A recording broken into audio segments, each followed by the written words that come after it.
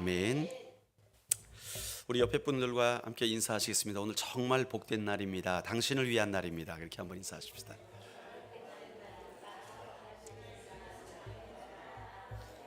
하나님께서 우리 바로그 교회 성도들에게 은혜를 베푸시는 날, 정말 귀한 날입니다. 아멘. 오늘 우리가 이제 복된 가문 세우기 세 번째 시간, 내게 말씀하옵소서라는 제목으로 우리 함께 말씀을 나누겠습니다. 우리가 지금 사무엘 상의 말씀을 나누고 있죠. 여기에 보면 사무엘 가정과 엘리 가정을 비교해 가지고 은혜로운 가정이 어떤 모습인가를 보여주고 있습니다. 우리가 지난번에 나누었던 것처럼 우리 사무엘의 가정은 무엇으로 표현됩니까? 어떤 가정이라 그랬죠? 그 가정은 예배하는 가정이다. 그렇죠? 예배하는 가정이 있어요. 늘 예배합니다. 매년제, 매일제, 서원제, 하나님 앞에 나와 예배를 기뻐하는 그런 가정이었는데, 엘리 제사장의 가정은 어떻습니까? 두 아들들이 샘플이 됐잖아요. 그들은 제사장이었고 늘 예배하는 사람들이었어요. 그런데 실제 예배할 때 하나님께는 관심이 없고, 뭐에 관심이 있었어요? 재물. 그러니까 갈고리 끌어다가 그냥 고기 건지는 일만 했잖아요. 이게 바로 이 엘리 집안과 사무엘 집안을 이렇게 상 위에다 올려놓고 성경이 보여주고 있는 거예요. 누구에게? 우리에게. 뭐 하라고? 어느 가정으로 살 거냐? 사무엘과 같은 가정으로 살 거냐? 엘리와 같은 가정으로 살 거냐? 선택하라고요. 선택하라고. 여러분, 1장 2장에서 사무엘 집안과 엘리 집안을 비교했다면, 오늘 3장에서는 사무엘과 엘리를 비교합니다.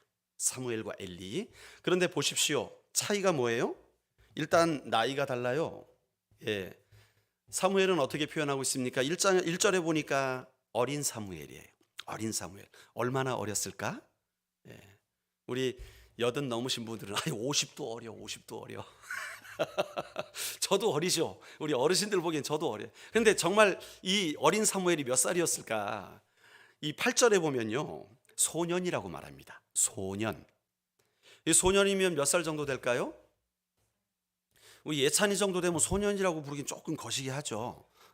청소년, 그죠? 청소년. 소년이라고 하면 아마 한 10살 플러스 마이너스 한두 살 정도 되지 않을까요? 8살에서 12살 사이? 사무엘이 그 나이였단 말이에요. 그런데 엘리는 어때요? 3절에 보니까 이미 눈이 어두워져 가지고 앞을 거의 보지 못해요. 왜요? 나이가 너무 들었어요. 늙어가지고. 그리고 2장 25절에도 엘리가 매우 늙었다고 그렇게 표현하고 있고, 이 4장 15절에도 엘리의 나이가 몇 살일까요? 98세. 와, 나이가 많이 들었어요. 그러니까 사무엘과 이렇게 비교를 하는데, 엘리의 집안은, 엘리는 나이가 많이 들었고 사무엘은 어려요. 자, 그리고 분위기도 달라요. 자, 엘리부터 말해볼까요? 2절 말씀 우리 같이 한번 읽어봅시다. 이 엘리의 분위기가 어떤지. 시작. 잘 보지 못하는 그때에 그가 자기 처소에 누웠고. 이게 엘리의 분위기예요. 어때요? 어두워요. 침침해. 잘 안 보여. 또 어디 누웠어요? 자기 처소에 누웠어. 자, 3절 말씀 봅시다. 사무엘의 분위기를 봐요. 시작. 아직 꺼지지 아니하였으며 사무엘은 하나님의 궤에 있는 여호와의 전 안에 누웠더니. 분위기가 어때요? 등불이 아직 켜 있다는 거예요. 환해. 하나님의 등불이 밝히고 있어요. 또 어디 누웠어요? 하나님의 궤에 있는 여호와의 전에 누웠다. 엘리는 자기 처소에, 자기 집에 누웠고, 이 사무엘은 하나님의 궤에 있는 여호와의 전에 누웠어요. 분위기가 다르죠. 영적인 분위기가 완전히 다른 거예요. 또 하나님의 반응도 완전히 다릅니다. 여러분, 하나님이 오늘 어린 사무엘에게 나타나셔서 사무엘아, 사무엘아. 아마 환상은 아니고 음성으로만 들려주셨나 봐요. 그러니까 사무엘이 그러면서 어디로 달려갔어요? 엘리한테 갔어요. 부르셨습니까? 안 불렀다. 미친나? 가자라. 이상하다. 분명히 들었는데. 또 잘라 그러는데 사무엘아, 사무엘아. 그리고 막 달려가서 제사장님 부르셨습니까? 그러니까 니 뭐하노? 안 불렀다니까. 가 디비 자. 그러는 거예요. 이거 뭔지 모르겠어. 희한하네. 분명히 부들었는데. 아니, 엘리 제사장님하고 사무엘 둘밖에 없단 말이에요, 거기. 그런데 아니, 안 불렀다 그러니까 이상한 거잖아요. 또 갔어요. 또 불러. 세 번째. 또 엘리 부르셨습니까? 하니까 엘리가 뭔가 그래도 제사장이라고, 야, 이거 아무래도 하나님이 부르신 것 같으니까 너 가서 얘기해라. 그 주의 종이 듣겠나이다. 그렇게 한번 대답해봐. 그러니까 예. 그리고 가서 실제로 또 부르시니까 예라고 대답하고 사무엘이 하나님으로부터 예언의 말씀을 들어요. 예언의 말씀을 들어요. 그런데 그 내용이 어때요? 엘리의 가문이 비극적인 결말로 끝날 것이다. 우리말로 하면 쫄딱 망할 것이다. 그 얘기를 하는 거예요. 여러분, 사무엘은 그렇게 하나님의 음성을 들었어요. 그런데 그에 비해서 엘리는 어떻습니까? 하나님께 오히려 책망을 받아요. 책망. 우리가 3장을 펴놓고 말씀을 들으시면 오늘 편할 것 같은데, 그 앞에 2장 27절부터 36절에 보면 하나님의 사람이 엘리에게 와서 하도 못 알아듣으니까, 말해도 못 알아듣고 순종도 안 하니까 직접 하나님의 사람을 보내가지고 하나님께 책망을 하시는데, 여러분, 책망을 27절부터 36절 거의 10절에 이르는 이 긴 말씀으로 엘리 집안이 아주 어떻게 멸망할 것인지 무서운 말씀을 하십니다. 한마디로 말해 어떤 말씀이냐 하면, 너는 제사장 집안이다. 내가 택해서 너희 레위 집안을 통해 제사장을 삼았는데 내가 이 언약을 지키지 않을 거야. 내가 이 약속 지키지 않을 거야. 너희의 죄 때문에. 이 말입니다. 제사장의 대가 끊어지게 하겠다는 거예요. 더 이상 너희 집안으로 하나님의 제사장이 되지 못하게 하겠다. 그리고 하나님께서 이제는 내 마음과 내 생각에 맞게 순종하는 그런 다른 제사장을 세울 거야. 이게 천사의 메시지였어요. 여러분, 책망을 듣는 거예요. 지금 하나님은 엘리와 약속을 이제 파기해버리고, 언약을 파기해버리고 다른 사람을 제사장으로 세우겠다, 그 말씀을 하고 계신 거예요. 사무엘에게 나타나는 하나님의 반응, 엘리에게 나타나는 하나님의 반응이 너무 달라요. 달라도 너무 달라요. 여러분, 성경은 의도적으로 이 두 사람을 대조하고 있는 거예요. 자, 그러면 왜 대조하고 있을까요? 뭐 하라고? 너희는 사무엘의 삶을 살 것이냐, 엘리의 삶을 살 것이냐, 선택하라는 거예요. 결국 이 본문의 말씀은 우리에게 선택하라고 주시는 말씀인 거예요. 아멘이십니까? 성경은 우리를 가장 좋은 길로 인도하십니다. 오늘 우리 교회 성도들이요, 오늘 이 자리에 모신 모든 분들이 사무엘과 사무엘의 가정을 선택하셔서 정말 은혜의 가문, 복된 가문이 되어 가기를 주의 이름으로 축복합니다. 정말 그렇게 되길 바라요. 자, 오늘 말씀을 더 깊이 볼까요? 어린 사무엘의 에피소드가 나오잖아요. 그런데 이 어린 사무엘의 에피소드가 재밌어요. 아까 말했듯이 이 하나님이 부르셨는데 엘리한테 몇 번 갔다고요? 3번이나 갔어요. 하나님이 그러니까 3번 부르셨는데 3번 못 알아들은 거예요. 여기서 알 수 있는 게 있어요. 궁금하지 않으세요? 아니, 그래도 사무엘이 들은 음성이 누구 음성이에요? 하나님 음성을 들었어요. 그런데 여러분, 저도 어릴 때 시장통에 살았지만 경기도 평택시 통복동 27번지 통복동 그 평택 시장통에 살았어요. 그런데 막 시장에서 놀다가도 엄마가 저녁 먹어라 그러면 우리 엄마인지 알아. 그래서 네 그러면서 집에 가서 먹었거든요. 여러분, 자녀는 엄마의 목소리를 알지요. 여러분, 엄마도 자녀의 목소리를 알아요. 에? 막 갑자기 뭐 애들이 여럿이 모여 있는데 응애 소리가 나면 자기 엔지 기가 막히게 합니다. 그렇죠? 수많은 엄마들 가운데 자기 엔지 기가 막히게 한다니까요. 음성을 알아요. 오늘 근데 사무엘은요, 하나님이 사무엘아 사무엘아 부르시고 한번 사무엘아 사무엘아 사무엘아 사무엘아 6번을 부르셨어요. 근데 못 알아들었어요.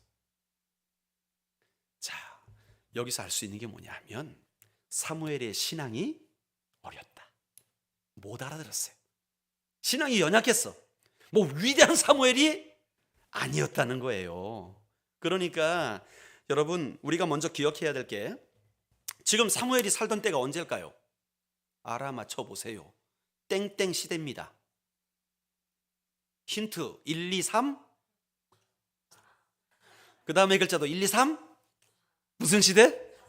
4사 시대 살았어요. 4사 시대. 이 4사 시대는 이 정말 암흑기였거든요. 영적인 암흑기. 왜냐? 하나님이 왕이 되시고자 했는데 사람들이 거부한 세대였어요. 4사가 하나님이 세운 지도자거든요. 결국에는 그 4사들조차 여호와를 경외하지 않았어요. 삼손 보세요. 삼손이 여호와를 경외하며 한마디 나옵니까? 한마디도 안 나와요. 그만큼 타락한 시대였어요. 그래서 다들 자기 소견대로, 자기 옳은 대로, 자기 뜻대로 자기 마음껏 살던 시대가 무슨 시대? 4사 시대. 지금이 이 시대란 말이에요. 영적인 암흑기예요. 그런데 여러분, 지금 우리 1절 말씀을 한번 같이 읽어보겠습니다. 3장 1절. 여러분 3장을 딱 펼쳐놓으세요. 여러 번 읽을 겁니다. 시작. 아이 사무엘이 엘리 앞에서 여호와를 섬길 때에는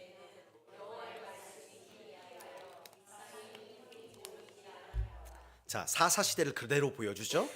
자, 여호와의 말씀이 어때요? 희귀하대요.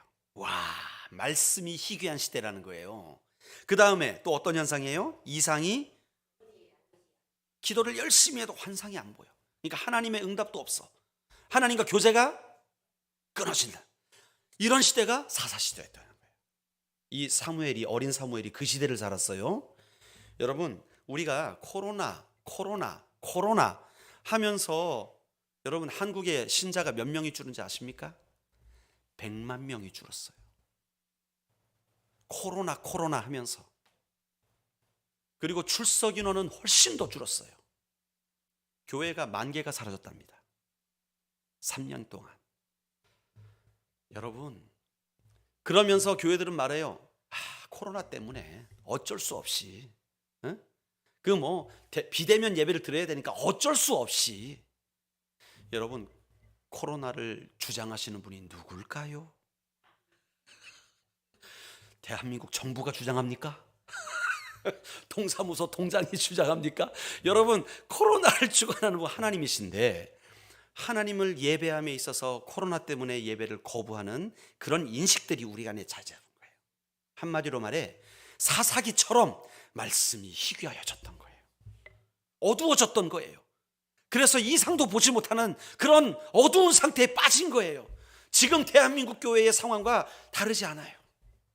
여러분, 이런 상황 속에서 그런데 어린 사무엘은 하나님의 음성을 듣습니다.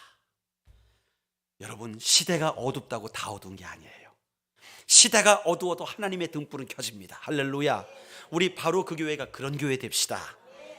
환상도 자주 나타나지 않고 영적으로 어두운 이 시대에 어린 사무엘이 하나님의 음성을 듣긴 들었는데 이 신앙이 어리다 보니까 하나님의 말씀을 들어본 적이 없어요. 그 전까지. 그러니까 누구 말인 줄 알았어요?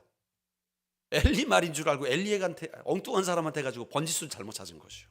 여기서 우리가 하나 깨달을 게 있습니다. 여러분, 이 오늘 3장에 이 영적으로 무지하여서 하나님의 음성도 듣지 못하는 사물이 어떻게 되느냐, 19절 말씀을 한번 같이 읽어볼까요? 19절 시작. 사무엘이 사람에 여호와께서 그와 함께 계셔서 그의 말이 잘하는데 어떻게 해요? 하나님이 함께 하셔.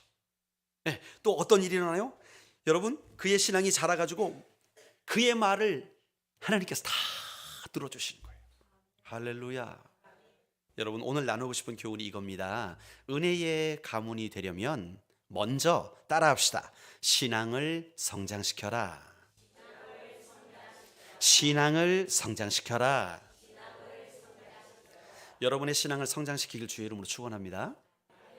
처음 어린 사무엘이요, 신앙이 대단하지 않았어요. 여러분, 애들이 태어나면서 신앙이 대단합니까?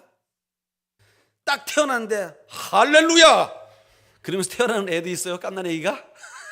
없어요. 우리 다 신앙 출발할 때는 애기란 말이에요. 애기 태어났어요. 그러면 응애 똥오줌 못 가리고 찌찌 달라 그러고 그게 아이란 말이에요. 우리 신앙이요, 처음부터 너무 높은 것을 기대하면 안 됩니다.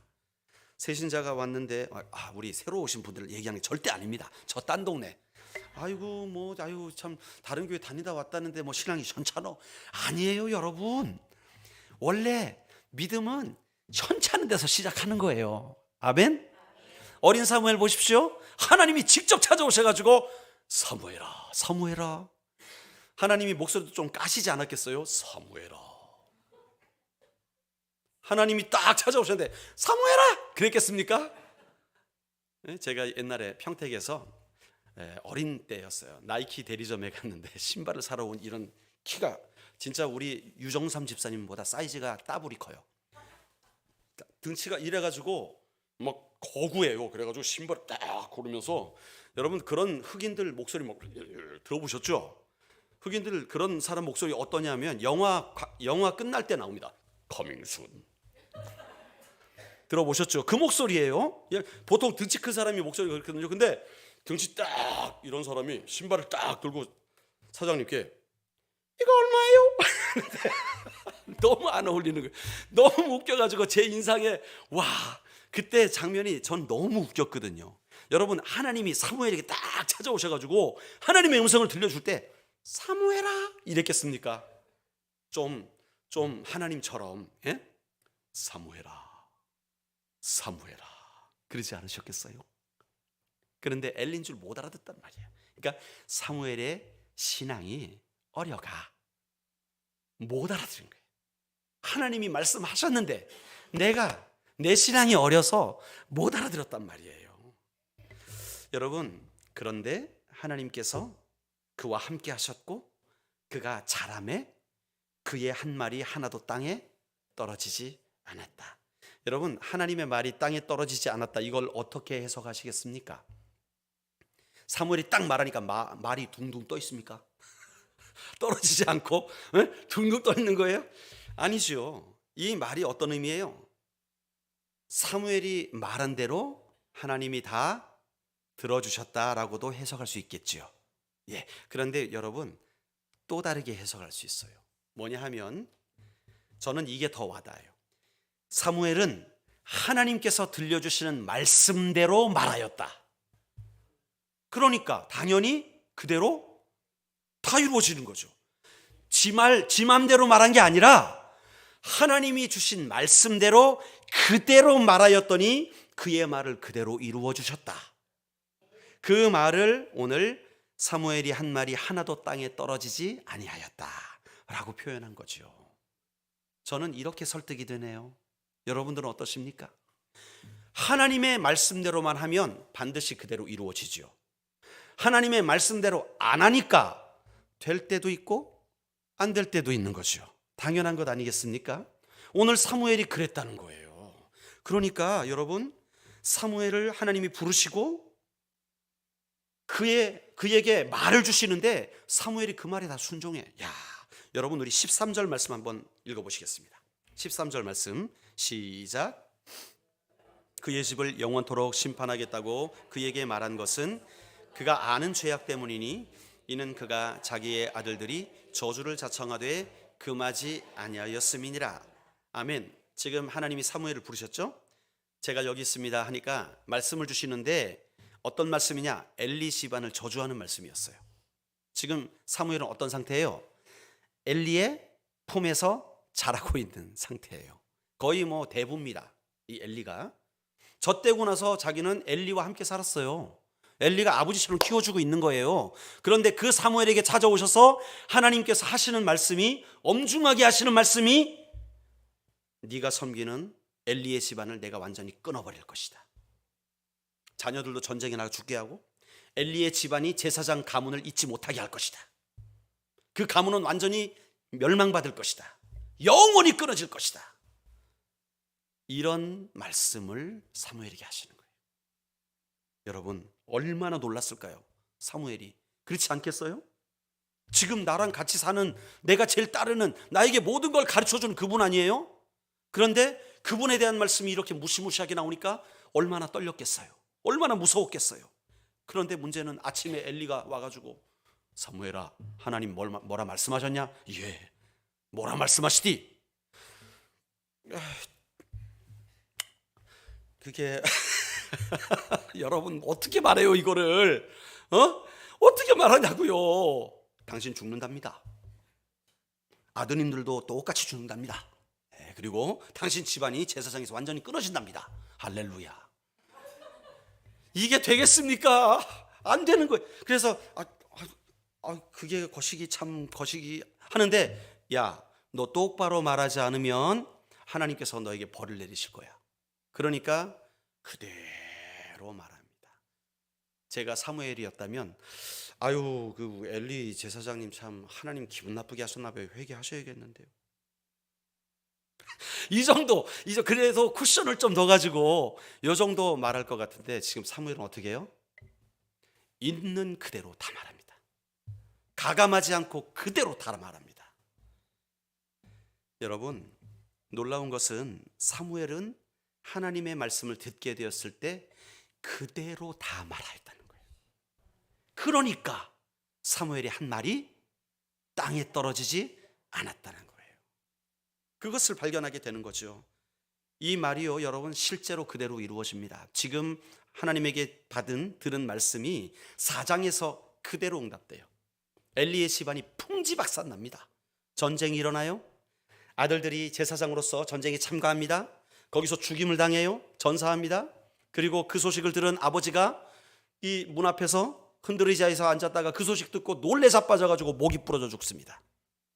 그 며느리가 남편이 죽었다, 그 다음에 시동생도 죽었다라는 말 듣고 아버지가 그 소식 듣고 목이 부러져 죽었다 하면서 임신했던 이 여인이 하면서 알을 낳는데, 알을 낳고 죽어버리면서 하는 말이 이 아들 이름을 이가봇이라 하라. 이가봇이 뭐예요? 영어로 독고대. 어디에? 영광이 어디에? 그런 말이에요. 영광이 어디에? 그 말은 영광이 없다라는 말이에요. 하나님의 영광이 우리 가문에서 떠났다. 이가봇. 하나님의 말씀이 사무엘에게 임했고 사무엘이 그 입을 열어 선포했더니 그 말이 그대로 이루어집니다. 여러분, 중요한 것은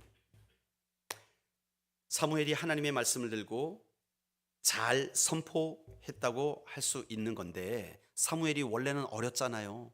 잘 못 알아들었잖아요. 그런데 그가 이렇게 말씀을 듣고 하나님 말씀대로 그대로 선포하니까 잘합니다. 사무엘이 성장하는 거예요. 신앙이 자라는 거예요. 얼만큼 자라느냐? 우리 20절 말씀 우리 한번 볼까요? 처음에 수준은 하나님의 음성도 못 알아듣는 그런 수준이었는데 어디까지 자라요? 20절 말씀 시작. 단에서부터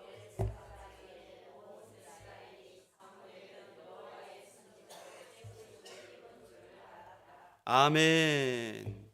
거제로부터 저 의정부까지 온 대한민국 백성이, 바로 그 교회 성도들은 하나님의 백성으로 세우심을 입은 줄을 알았더라.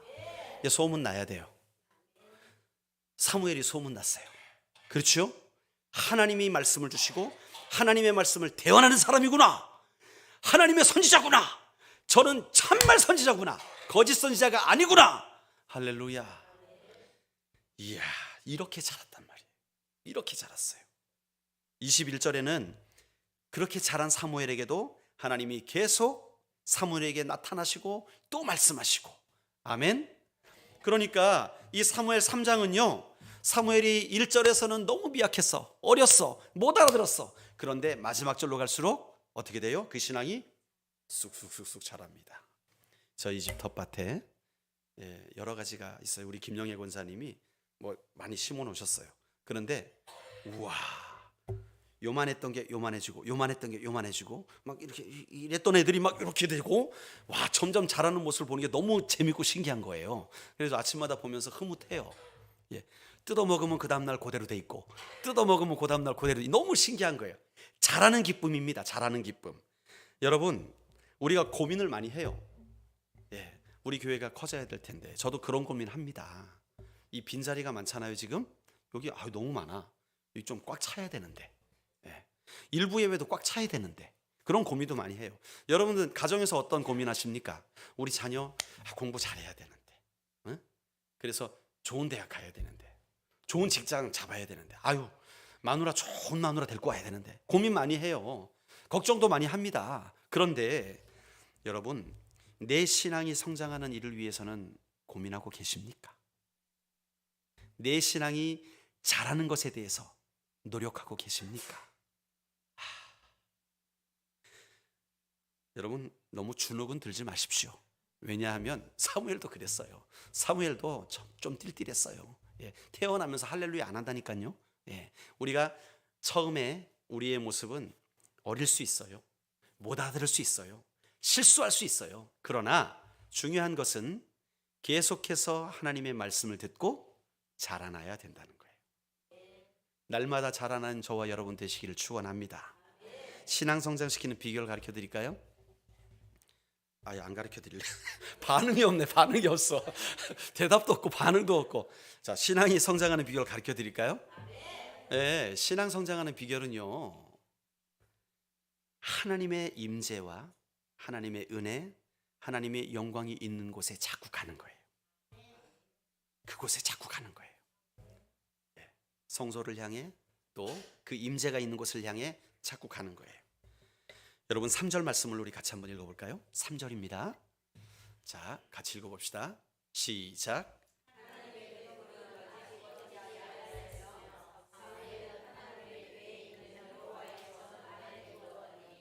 그 어린 사무엘이 자랐는데 그가 어디 있었냐 보니까, 사무엘은 항상 어디 있었어요? 하나님의 궤가 있는 여호와의 전 안에 누웠어요. 하나님의 전에 머물렀다는 얘기죠. 여러분, 그런데 이게 좋은 말 같죠?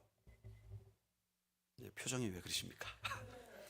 좋은 말이에요. 좋은 말이지만 불가능한 말입니다. 왜냐? 여러분, 하나님의 궤가 있는 전이 지성소라고 말하거든요. 지성소. 자, 그 시대에 지성소는요, 아무나 들어갈 수 없는 곳이었어요.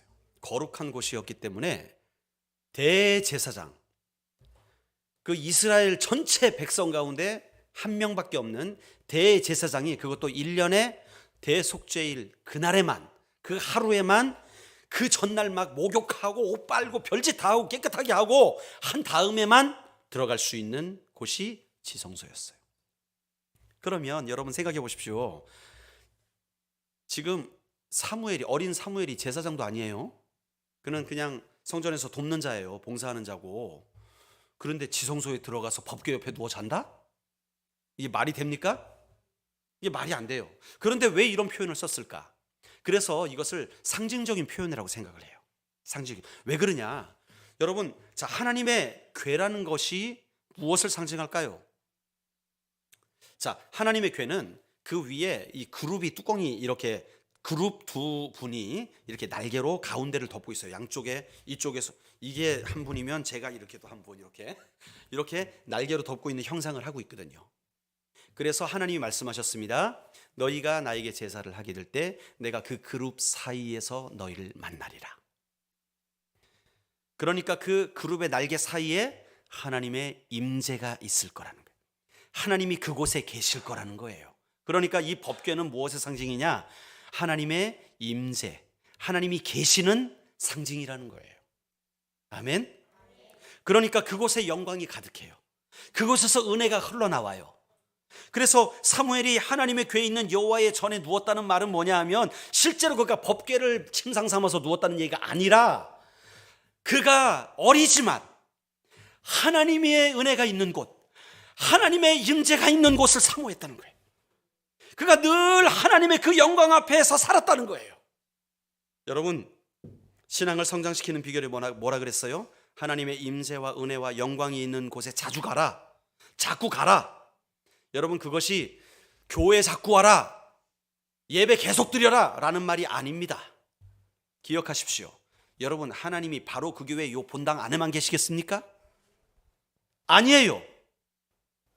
하나님은 하나님을 인정하는 자들하고 함께 하시는 거예요. 하나님의 임재는 그분을 사모하며 그분을 환영하며 그분을 인정하는 우리의 삶 속에 함께 하시는 거예요. 아멘. 그렇다면 어떻게 하나님의 영광 앞에, 임재 앞에, 은혜 앞에 살아갈 수가 있어요? 자꾸 갈 수가 있어요. 여러분들의 삶에 주님을 초청하는 거죠. 내가 있는 교회, 내가 있는 직장, 가정, 친구들과 있을 때 그곳에 하나님 나 친구들 만나요. 오늘도 친구들과 만날 때 하나님의 선하심이 나타나길 원해요. 내가 오늘 약한 자를 만나요. 내가 기도해 주러 가는데 하나님 내게 힘을 주세요. 오늘 내가 바이어들을 만납니다. 이 바이어들과 좋은 계약을 맺을 수 있도록 하나님 보호하여 주세요. 이게 바로 임재를 누리는 방법이에요. 그 임재의 자리로 나아가야 되는 거예요. 사무엘이 하나님의 법궤 옆에 있는 전에 누웠다는 것은 그분의 임재 앞에서 살았다는 거예요. 여러분, 우리의 믿음이 자라기를 원하십니까? 그렇다면 여러분의 삶에 하나님을 초대하세요. 하나님을 초대하세요. 그래서 여러분이 있는 그곳이 하나님의 임재와 은혜와 영광이 있는 자리로 바꿔가시길 바랍니다. 그러면 우리의 믿음이 자라나게 되는 거예요. 성장하게 되는 거예요. 여러분, 우리 신앙을 성장시키기 위해 필요한 게 바로 이거예요. 우리가 세상의 방법, 세상을 향하여 나가는 것이 아니고 하나님의 임재, 하나님의 은혜, 하나님의 영광이 있는 곳으로 발걸음을 옮겨나가는 거예요. 그래서 우리 찬양도 있잖아요.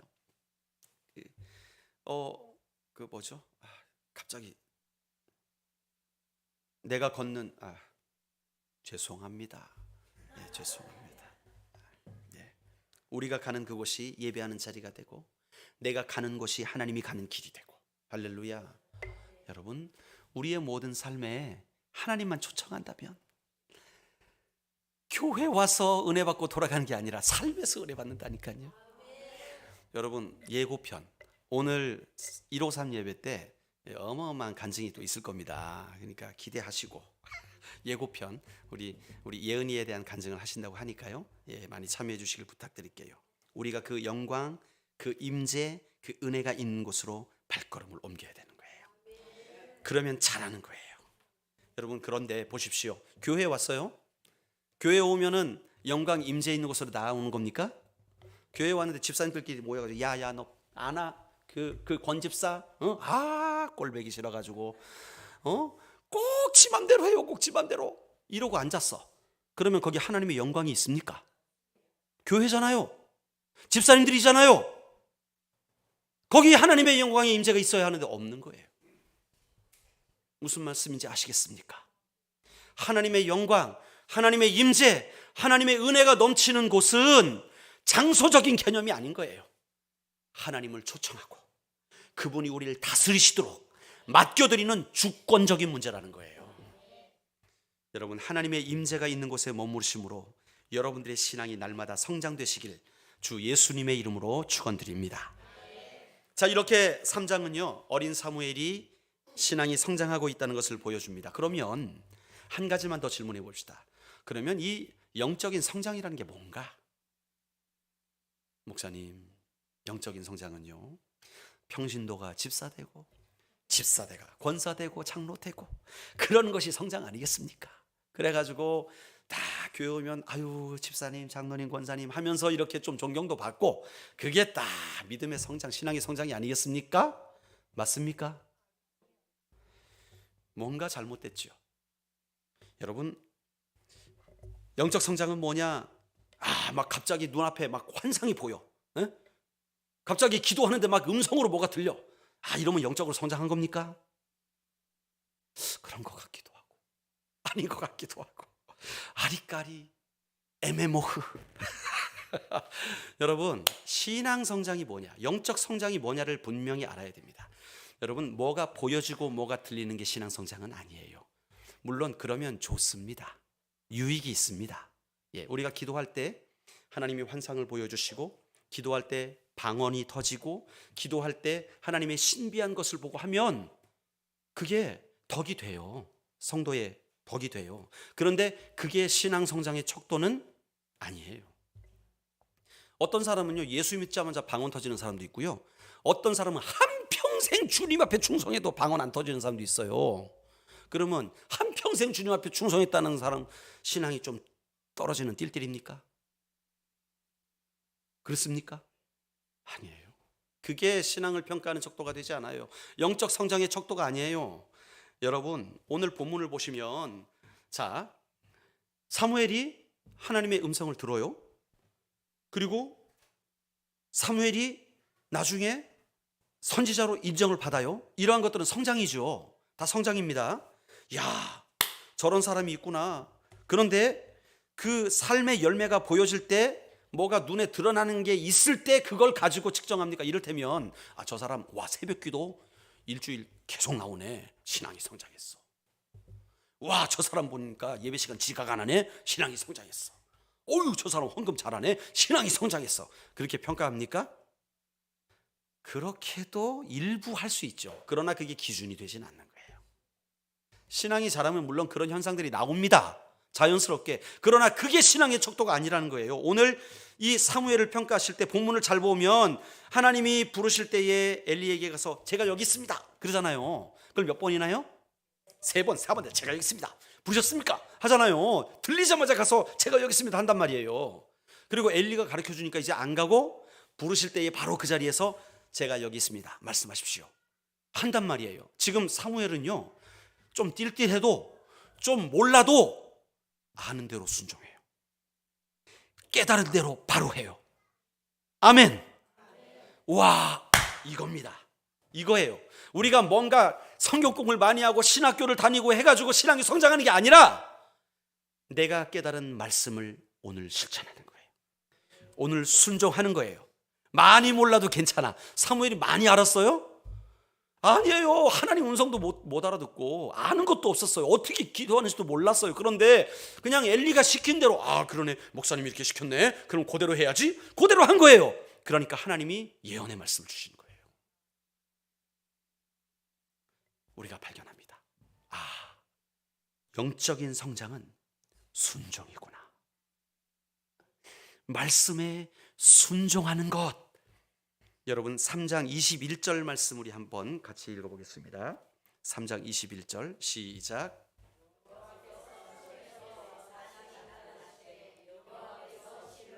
여호와의 말씀으로 사무엘에게 자기를 나타내시니. 아멘. 하나님께서 사무엘에게 나타나세요. 왜 나타나실까요? 하나님이 사무엘 앞에 패션쇼 할 일 있습니까? 하나님은 사무엘에게 나타나셔서 말씀하십니다. 그리고 사무엘은 그 말씀을 듣고 믿음으로 선포합니다. 그리고 그 일들이 이루어집니다. 하나님은 또 나타나세요. 또 말씀해 주시고 사무엘은 또 순종하여 말씀을 선포합니다. 그렇게 사무엘은 온 이스라엘 가운데 가장 하나님께 쓰임받는 선지자가 되었다는 거예요. 그게 영적 성장이라는 거예요. 결국 모든 백성들이 사무엘을 예언자로 인정하고 있는 것은 그것이 사무엘이 뭔가를 일으켜서가 아니라 하나님의 말씀을 듣고 순종하는 삶을 살게 되었을 때, 그대로 순종하는 삶을 살게 되었을 때, 여러분 오늘 나누고 싶은 두 번째 메시지가 바로 이겁니다. 저와 함께 따라 하실까요? 말씀에 순종하라. 말씀에 순종하라. 많은 성도들이 영적 성장에 대해서 오해를 해요. 아니 제가 30년이나 교회를 다녔는데 왜 권사직분 안 줍니까? 저 교회 옮겨야겠습니다. 또 어떤 사람들은요, 왜 내가 이렇게 봉사했는데 나를 인정 안 해줍니까 목사님? 좀 나도 이렇게 사람들 앞에 좀 칭찬 좀 해주시고 그래야지. 이렇게 물론 해드려야죠. 그러나 그것이 마치 내 신앙의 기준인 것처럼 여러분 착각이라는 거예요. 착각은 내가 하나님께 뭔가 주머니에서 꺼내서 많이 내놓고 내가 뭔가 사람들 앞에 보이는 업적을 쌓아놓고 그런 것이 이 나의 믿음의 그 척도가 아니라는 거예요. 믿음의 척도는 순종이라는 거예요. 순종. 여러분 사무엘이요 성장을 합니다.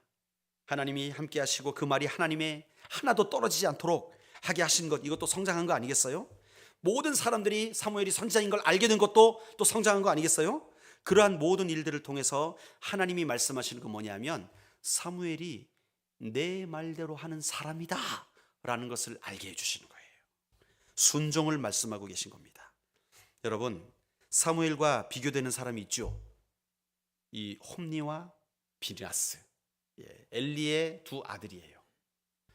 자, 제사장이에요. 그들은 아침마다 예배합니다. 직업이 예배예요. 직업이 예배. 명함에 예배자라고 써놨을 거예요. 명함에. 진짜 그런 사람 봤어요. 명함에다 예배자라고 써. 좀 재밌죠. 그럴 필요는 없습니다, 여러분. 예. 자, 홈리와 비느하스는 예배자였어요. 그런데 예배 가운데 하나님께 집중하지 않습니다. 그냥 뭐 맨날 이러고 있는 거예요.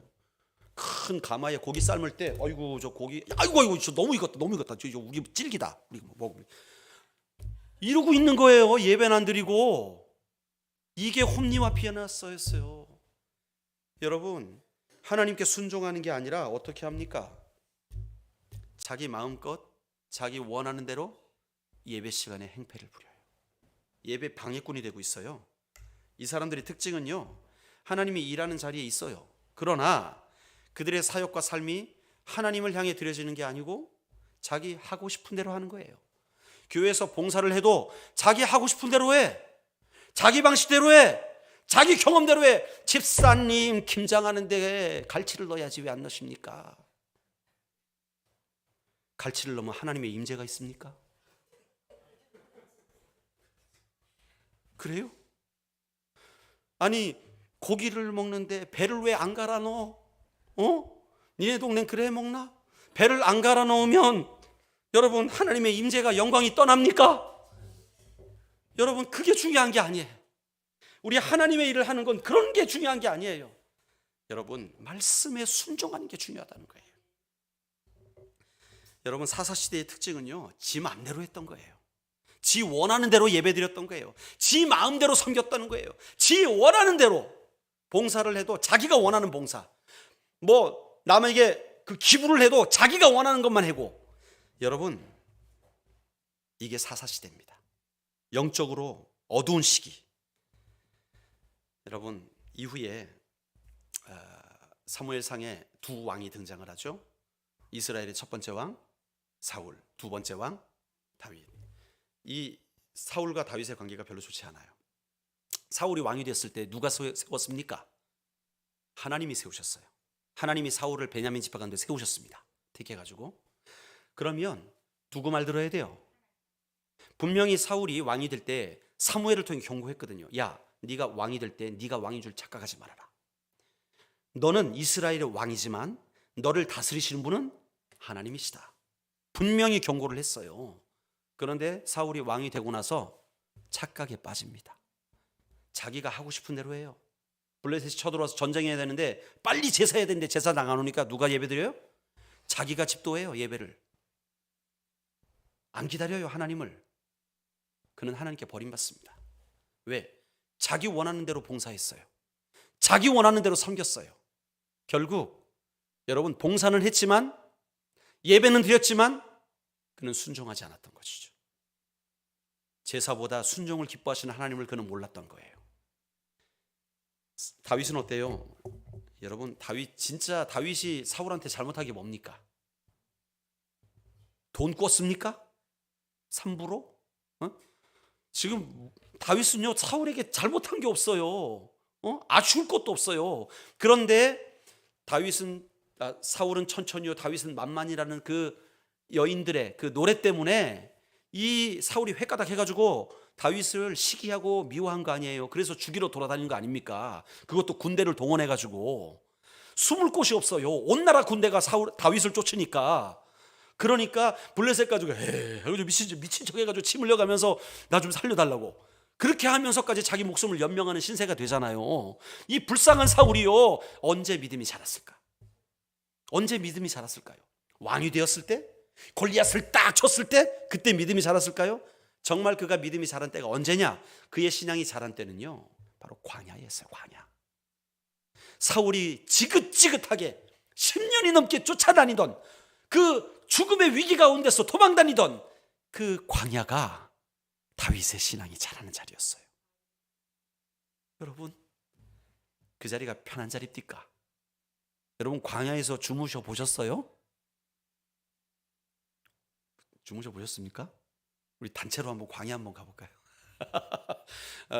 여러분 빠른 시일 내에 미국 한번 오십시오. 광야 많습니다. 광야. 예. 저기 캘리포니아 가면 데스밸리라는 데가 있어요. 거기 가면 광야예요. 막 나무가 말라 비틀어져 있고 뼈다구 있죠. 소뼈다구. 뿔 달린 소뼈다구가 널려져 있고 막 그래요. 실제로. 그런 데서 여러분 주무시면 편안할 것 같습니까? 거기 전갈도 있고 뱀도 있어요. 맹독입니다. 코요테, 이리도 있어요. 잘못하면 죽습니다. 곰이 찢어 죽어요. 여러분, 그런 곳이 광야예요. 거기서 사울까지 피해야 돼요. 그런데 시편을 읽어보면 시편의 대부분이 어디서 쓰여졌느냐? 광야에서 쓰여졌어요.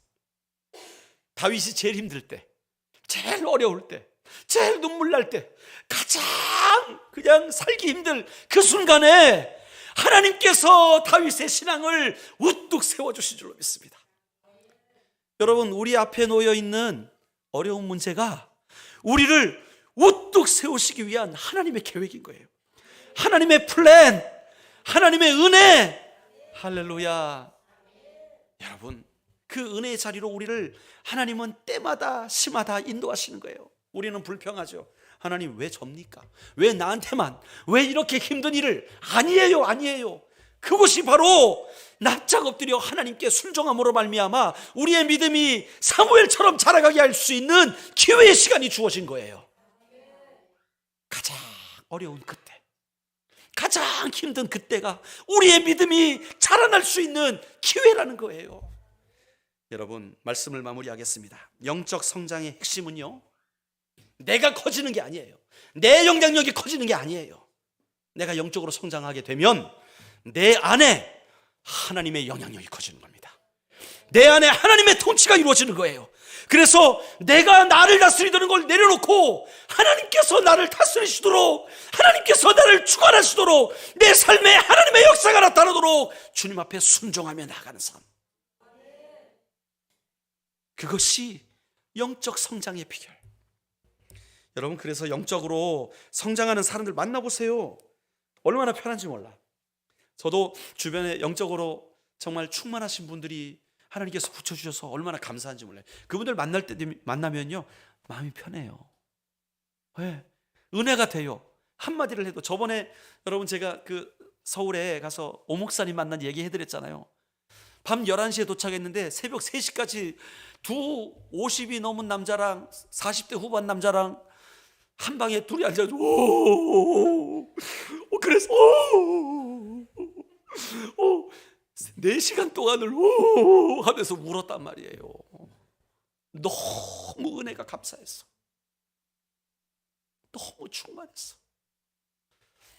여러분, 어려울 때가 기회입니다. 어려울 때가 주님께 가까이 나가는 기회, 어려울 때가 내가 신앙이 성장하는 기회, 어려울 때가 내가 그 살아계신 하나님을 만나는 기회. 여러분, 그 기회를 놓치지 마세요. 그 기회를 놓치지 마세요. 사무엘은 신앙이 성장하고 있어요. 하나님은 여러분의 신앙이 성장하기를 원하십니다.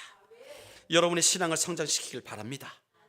여러분이 하나님 말씀에 순종하여서 여러분 안에 이제 내 영향력이 아니라 하나님의 영향력이 여러분 가운데 충만해지시길 주님의 이름으로 축원드립니다. 우리 함께 결단하며 기도합시다. 하나님, 내가 믿음이 자라기를 원하는데 지금 내게 주어진 상황 가운데 하나님의 임재를 경험하게 하시고 하나님을 초청하게 하시고 또 내게 주신 그 말씀에 내가 순종하게 하여 주시어서 하나님, 지금 내가 만난 이 상황이 나의 믿음이 자라나는 귀한 시간이 되게 하여 주시옵소서. 우리 함께 합심으로 기도하며 나가시겠습니다. 기도합니다. 하나님 아버지, 감사를 드립니다. 하나님, 오늘도 은혜의 말씀으로 우리를 인도해 주심에 감사를 드립니다. 하나님 아버지, 우리는 주님 없이 살아갈 수 없습니다. 하나님, 우리 안에 하나님 내가 이뤄놓은 것이 얼마나 자랑이 되겠습니까? 하나님, 그러나 주님 보시길 때 하나님, 우리의 모든 행위는 다 누더기와 같다고 주님 말씀하셨어요. 하나님, 우리 그 거지 같은 거 다 내려놓고 하나님, 그 누더기 같은 경험, 지식 다 내려놓고 하나님의 말씀에 순종하여 하나님의 영향력이 내 안에 커져가는 믿음의 사람이 되게 하여 주시옵소서. 오늘도 주의 말씀을 붙들고 승리하기를 원하오니 하나님, 우리를 의의 길로 인도하여 주시옵소서. 우리 바로 그 교회가 이 믿음의 성장, 성숙이 날마다 일어남으로 말씀에 온전히 순종하는 교회, 순종으로 승리를 이루어가는 교회가 다 될 수 있도록 주님 인도하여 주시옵소서. 아멘. 주님 감사드립니다. 하나님 아버지, 참으로 감사합니다. 우리의 믿음을 성장시키기 위해서 우리를 불러주시고 하나님의 자녀 삼아주시고, 그래서 예수 그리스도를 마음에 영접하게 하시고, 그래서 내게 말씀하여 주시고 그 말씀 듣고 순종하게 하시니 감사를 드립니다. 날마다 이 아름다운 사이클들, 날마다 이 순종의 사이클이 우리의 삶에 가득하여서 우리가 가는 곳곳마다 하나님의 임재, 하나님의 은혜, 하나님의 영광이 가득한 삶이 될 수 있도록 주님 축복하여 주시옵소서. 이렇게 놀라운 삶을 통하여 우리 바르고 교회 모든 가정들을 은혜의 가문, 복된 가문 삼아 주시옵소서. 감사드리며 예수님의 이름으로 기도드리옵나이다. 아멘. 우리 함께 자리에서 일어나셔서 주님, 내가